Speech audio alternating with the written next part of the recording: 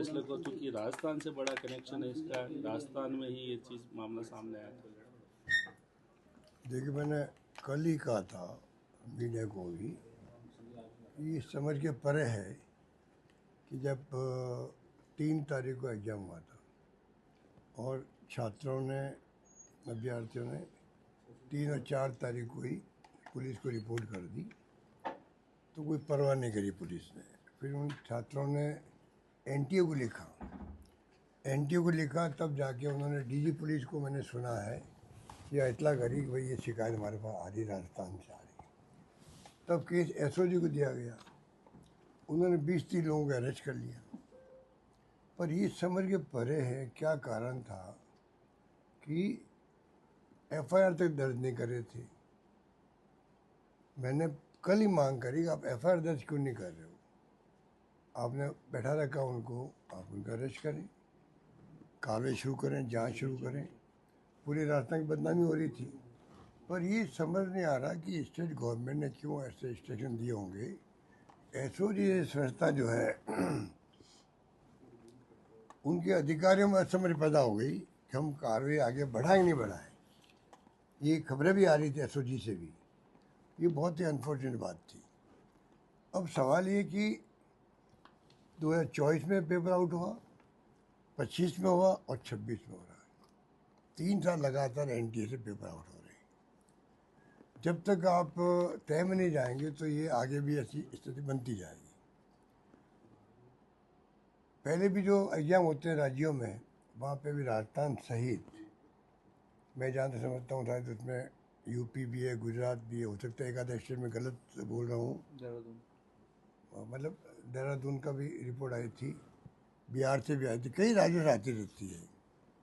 तो ये जो पेपर लीक के जो गैंग बन गए हैं अलग अलग राज्यों में और राष्ट्रव्यापी, इससे हमारे जो नौजवान पीढ़ी बहुत दुखी है।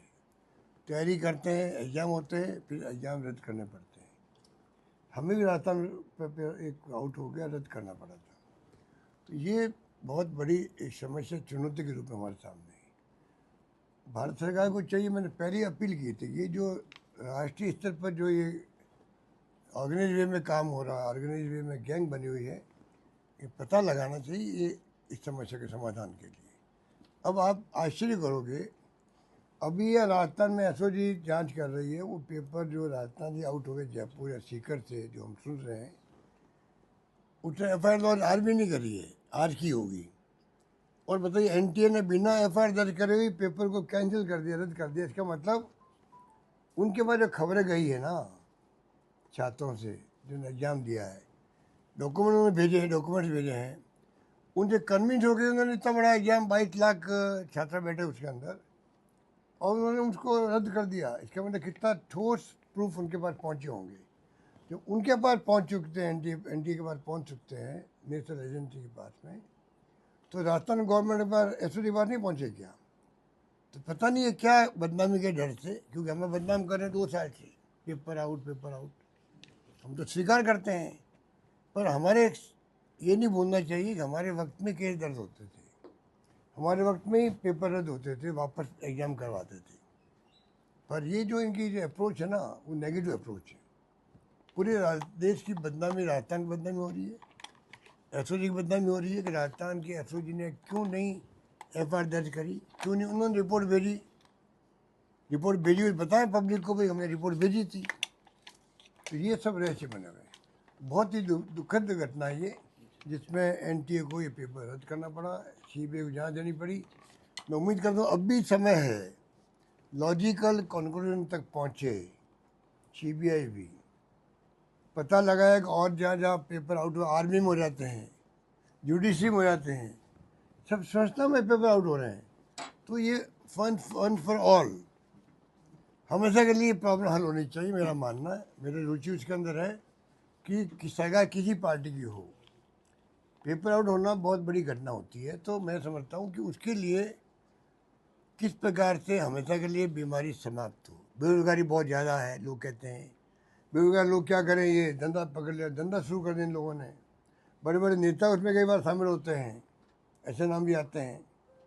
तो ये मैं समझता हूँ इन बातों में बहुत गंभीरता से लेना चाहिए सरकार। अब सरकार, भारत सरकार तो क्या है, चुनाव जीतने का उनका एजेंडा है खाली, बस चुनाव जीते कहते, ये इनके प्रकरण साम दाम दंड भेद काम लो। अरे भाई, चुनाव जीतना मैं तो पूर्ण हो सकता है, पर साथ में जो ये घटना हो रही है उनको रोकने बहुत आवश्यक होता है। जो मंत्री जी है हमारे धर्मेंद्र प्रधान जी, उनको चाहिए कि वो ध्यान दे इसके ऊपर। उनको चाहिए विशेष रूप से, वो मंत्रालय के मंत्री हैं, कि पेपर आउट क्यों हो रहे हैं, बताएं देश को। सर बाकायदा एक व्हाट्सएप ग्रुप था, जिस व्हाट्सएप ग्रुप को बनाया गया था, उस व्हाट्सएप ग्रुप में लोगों को जोड़ा भी जा रहा था और उसमें बाकायदा कोड दिए गए थे कि जिसको कोड को देख करके उसमें जोड़ा जा सकता था, उसमें पेपर लीक हुआ है। तो ऑर्गेनाइज गैंग की बात होगी ना, ऑर्गेनाइज गैंग होती है वो ये काम कर सकती है ना, व्हाट्सएप ग्रुप बनाने का, किस प्रकार हम इस पेपर को कैसे पहुंचाएं लोगों तक, कैसे पहुंचाएं, ये तमाम जो है डिपेंड करता है कि वो कितने एक्सपर्ट लोग हैं अपने हुनर के अंदर, वो ये काम कर रहे हैं। सर ये 3 तारीख वो मामला जब सामने आ गया तो आप कह रहे कि 14 दिन हो गए, 12 दिन हो गए, तो सरकार अपनी बदनामी के कारण से इस मामले को छिपाए रखना चाहती थी, या कुछ ऐसे लोग हैं जो नेता है उनको बचाने की भी ऐसा लगता है कि नहीं? पता नहीं, ये तो देखो तय में जाने वाली बात है एसओ जी को, कि एसओ जी ने क्यों इसमें जानबूझ कर डिले कर रही थी। ये मैं दावे से कह सकता हूँ, एसओ जी के अंदर जो है कॉन्शियस डिसीजन था कि इसको हमें आउट नहीं करना है, जहाँ तक मुझे इत्तला मिल रही है। और एसओ जी ने जानबूझ के एफआईआर दर्ज क्यों नहीं करी।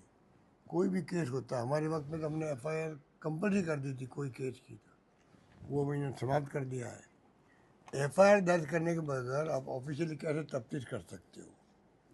इनकी नीयत में कहीं कहीं खराबी है, इसलिए जानबूझ के एफआईआर दर्ज नहीं करी और उसको चलाते गए, इतने दिन हो गए। अब एनटीए ने इसको जब रद्द किया है तब इनके आंखें खुलेगी कि ये बदनामी पूरे प्रदेश की हुई है, सरकार की हुई है, कि भाई क्या कारण था कि आपने एफआईआर दर्ज करके छात्रों की, जिन्होंने एग्ज़ाम दिए थे, जिन्होंने पता किया बाहर आके भाई ये क्या है, तो वहाँ कर वही एग्ज़ाम में पेपर आए जो हमने देखे बाहर। तो जब खबर मिल गई इनको, तो जो माहौल है देश के अंदर पेपर आउट होने का, हिस्ट्री हमारे सामने है, राजस्थान पेपर आउट होने की हिस्ट्री भी हमारे सामने है, तो क्यों नहीं हमने राजस्थान को तो ज़्यादा लेना चाहिए, गंभीरता से लेना चाहिए, तो क्यों नहीं लिया गया। पूरे मामले में सीकर भी दूरी बना हुआ दिखा है। सीकर जिला सीकर जहाँ जहाँ कोचिंग इंस्टीट्यूट खड़ी होती है तो वहाँ के नाम तो आते ही आते हैं हमेशा से। बाकी तो जब सच्चाई सामने आएगी तो बता सकते हैं कि वास्तव में कौन दोषी है, क्या कार्रवाई कर सकते हैं, वो करनी चाहिए। सर कांग्रेस भी और एनएसयूआई दोनों ने प्रदर्शन दिल्ली में शुरू किया है इसी चीज़ को लेकर के कि छात्रों 22 लाख छात्रों के साथ में इस तरीके की वापस से तैयारी शुरू होगी। मैंने कहा वो 24 में हो गया,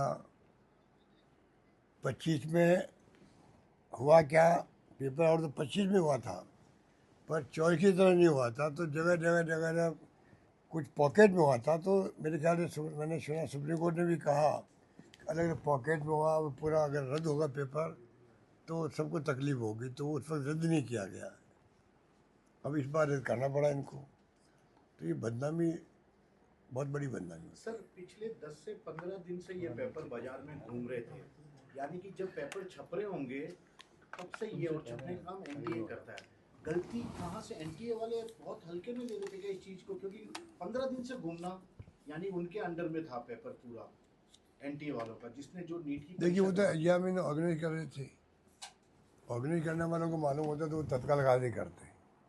मेरा मानना है कि इसमें वहाँ कहाँ चूक हुई वो तो मालूम जांच का विषय है, एनटीए ने कहाँ चूक करी है या कहाँ लापरवाही हुई है वो तो वो जाने, जब जांच होगी सीबीआई की तब सामने आएगी बात। पर स्टेट गवर्नमेंट को तो एसओजी ने अरेस्ट करना शुरू कर दिया लोगों को। पेपर कहते हैं यही छपा, ऐसा लोग कहते हैं, जो गैस पेपर बनाया था, गैस पेपर कहते हैं उसको, गैस पेपर, वो मतलब यही छपा है 400 क्वेश्चन का, ऐसा कुछ है। तो जब यहाँ की गवर्नमेंट को या एसओजी को चाहिए था कि वो तत्काल कार्रवाई करते, उनकी ड्यूटी थी वो पहल वो करते और भारत सरकार को सूचित करते, उसके बाद में कोई फैसला होता, ज़्यादा ग्रेसफुल होता वो। इन्होंने छिपाया क्यों उसको, 20-30 लोगों को पकड़ा, बैठ गए, और तो बहुत बड़ी घटना है। एसओजी के अंदर क्यों ये किसने इशारा किया उनको कि आप ये एफआईआर दर्ज मत करो, ये भी मालूम पड़ना चाहिए लोगों को। पर क्यों ये सरेंडर किया गया, समझ के पर है। और बदनाम कांग्रेस सरकारों में कर रहे हैं 2 साल से पेपर आउट। अरे भाई पेपर आउट तो हुए हैं, हमने सजा दी है, केस दर्ज किया, हमारे वक्त में केस दर्ज हुए हैं। जो पकड़े गए हैं ना, हमने उनके अरेस्ट किए थे। आरपीएससी मेंबर है तो अरेस्ट किए थे, ये क्यों भूल जाते हैं? हमने अरेस्ट किए ना। हमारी सरकार के बारे में कुछ भी तुम बोल दो कि सरकार में तुम लोग हो, ये पूछो वो अरेस्ट किसने किए? सरकार हमारे वक्त में अपॉइंटमेंट थे मेंबर के। अब उन्हें क्या गलती की क्या नहीं की वो तो वो जाने, वो बताएंगे, सफाई वो देंगे। उनको फंसाया गया, सच्ची बात है झूठी बात है वो जाने और ऐसा ही जाने। पर हमने तो उनको अरेस्ट किए थे जब रिपोर्ट हमारे पास आई, तब हमारे वक्त में अरेस्ट शुरू हुई है सब केसों के अंदर। आपका जेजेएम का केस है महेश जोशी वाला, हमारे वक्त में हमने अरेस्ट किए, उसमें केस हमने शुरू किया। एसीबी में हमने उसको केस दर्ज किया, जांच शुरू करी, अरेस्ट कर लिया हम लोगों ने। तो हमारे तो खुद के किए हुए हैं, तो ये क्या बहादुरी बताते हैं। शिव सिंह राठौड़ है पूर्व कार्यवाहक अध्यक्ष आरकेसी, उनको भी एसओजी ने हिरासत में मुझे पता नहीं क्या लिया नहीं लिया, मैं सुन रहा हूँ, पता करते हैं क्या मामला हुआ। ठीक ठीक।